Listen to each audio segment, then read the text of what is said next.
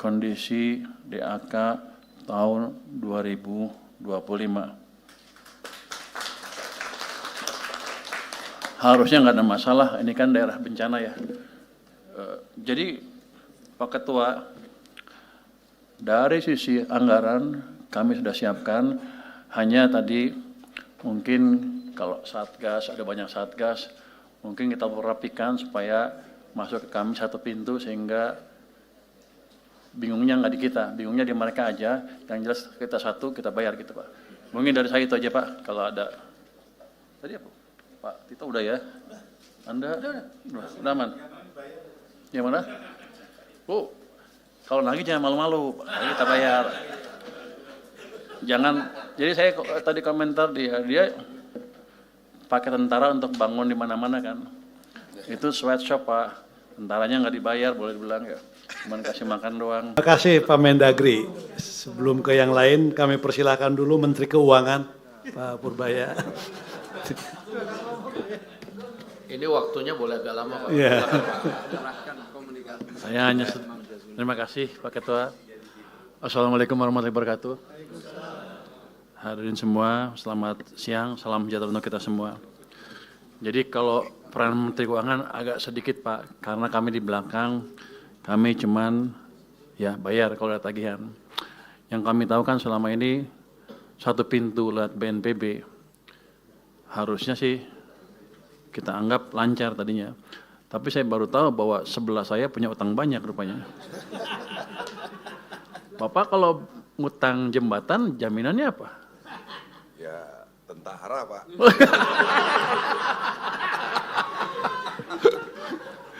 Oke. Tadi juga yang apa IPDN yang dibintangin itu bisa besok bisa cairan, bisa Anda ambil.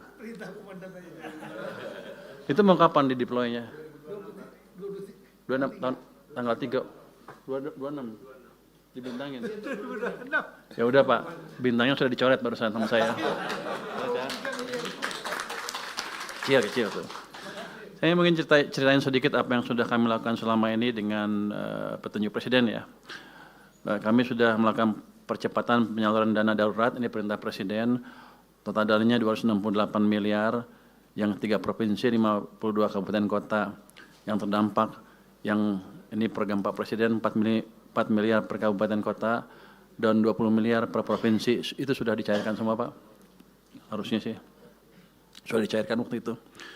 Yang kedua untuk dana tanggap darurat atau dana tanggap darurat ya. Kami sudah ada dana siap pakai dan cadangan bencana yang dikoordinasikan oleh BNPB. Jadi kita selamanya tahunya satu pintu karena kami pusing kalau ada banyak pintu Pak. Jadi BNPB minta kami cairkan. Jadi, ya, nagih juga ke gua. BNPB ya? Langsung. Gua bayar gak? Makanya nggak dibayar. Pusing-pusing uangnya dalam. Oh. Nggak minta tambahan. Terjalan terus ya. Jadi dana siap pakai itu dialokasikan untuk 3 provinsi terdampak, cukup banyak. Sudah berapa ratus miliar yang asli yang di anggaran asli BNPB-nya.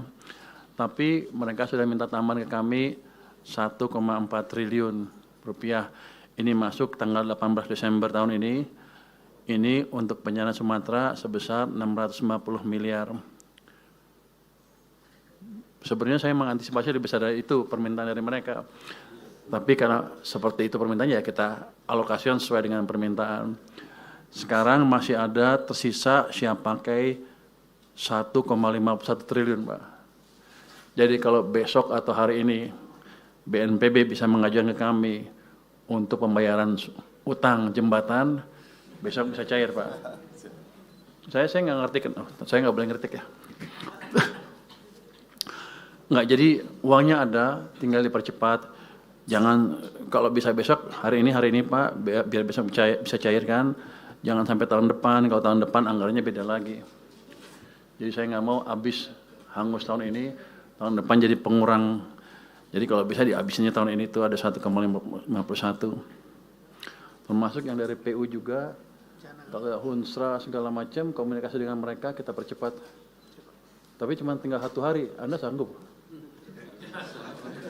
Saya agak nyesal pertemuannya baru sekarang, harusnya kalau sebelum-sebelumnya bisa saya percepat, Pak.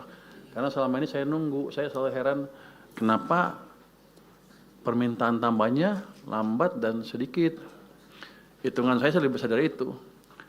Tapi kan karena saya emang di belakang Pak Ketua ya, kita tunggu. Jadi mungkin itu bisa dipercepat kalau mau Pak. Kalau hunian sementara dan hunian tetap, Hunsra dan Huntara dan Huntap itu untuk tahunnya juga kalau udah ada yang dibangun ya bisa di-charge ke kita cairkan melalui channel BNPB tadi.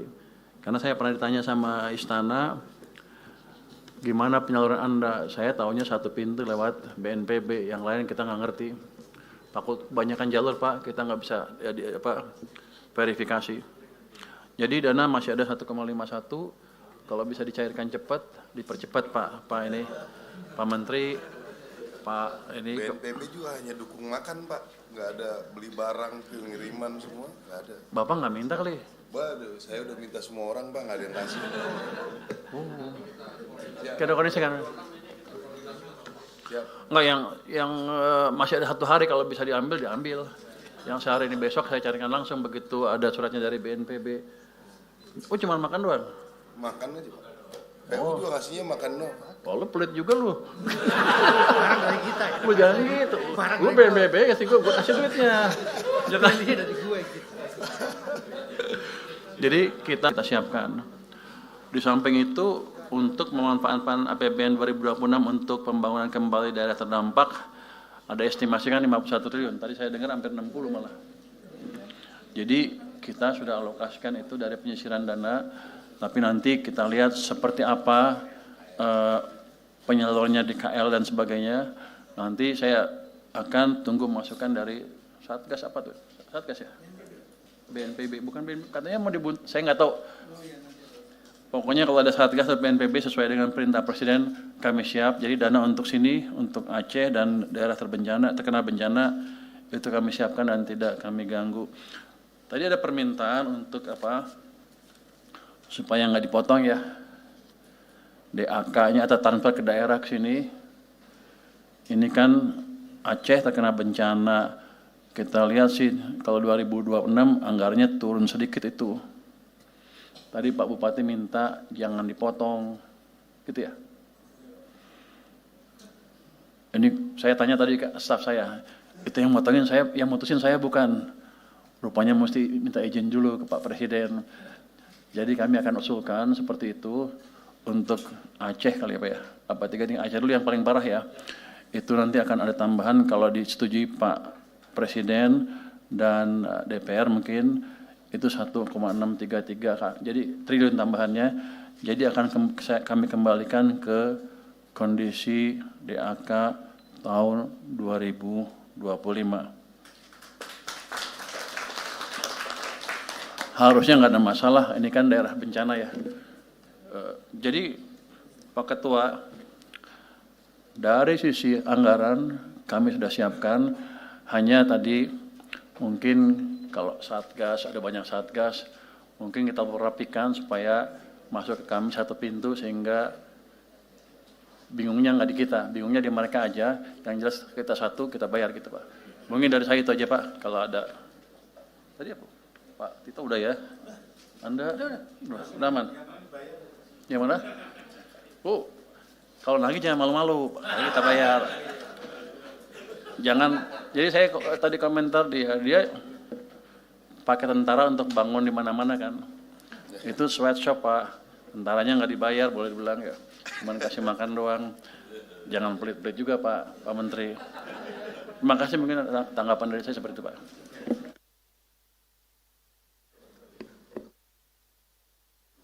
Baik, terima kasih. Jadi saya cuma menanggapi dari Menteri Keuangan bahwa karena kami yang di DPR itu yang membantu melakukan penganggaran, jadi kita tahu persis bahwa di 2026 itu bahwa kementerian dan lembaga ini seperti PU, Kementerian Sosial dan Perhubungan misalnya, itu dana yang bisa dioptimalkan untuk daerah-daerah bencana yang terdampak seperti Tamiang, Aceh Besar dan lain-lain, itu bisa dimaksimalkan. Dan saya pikir dengan menggunakan dana yang ada di kementerian dan lembaga di 2026 yang memang difokuskan untuk membangun daerah, saya pikir kita nggak ada kesulitan dan tinggal bagaimana kita melakukan koordinasi supaya masing-masing kementerian lembaga itu bisa kemudian fokus membagi tugas mana yang dibangun oleh masing-masing kementerian supaya tidak tumpang tindih. Dan kemudian jangan sampai kemudian ada yang sudah bangun tapi kemudian bingung sumber pembayaran dari mana. Karena ini kan kita uangnya ada sebenarnya Pak Menteri. Pak Menteri Keuangan juga sudah kemudian saya lihat melakukan penyisiran untuk cadangan, sehingga tidak ada alasan bahwa kemudian penanganan bencana di daerah terdampak ini tidak dengan skala nasional. Itu harus bisa karena anggarannya cukup menurut saya. Dan kita dalam waktu berapa hari ke depan ini kita harus benar-benar fokus. Saya tadi baru dengar dan kita akan sepakat tadi pengen lihat di Aceh Besar misalnya, Aceh Utara, bahwa situasinya demikian adanya. Demikian Pak Sandi, lanjut.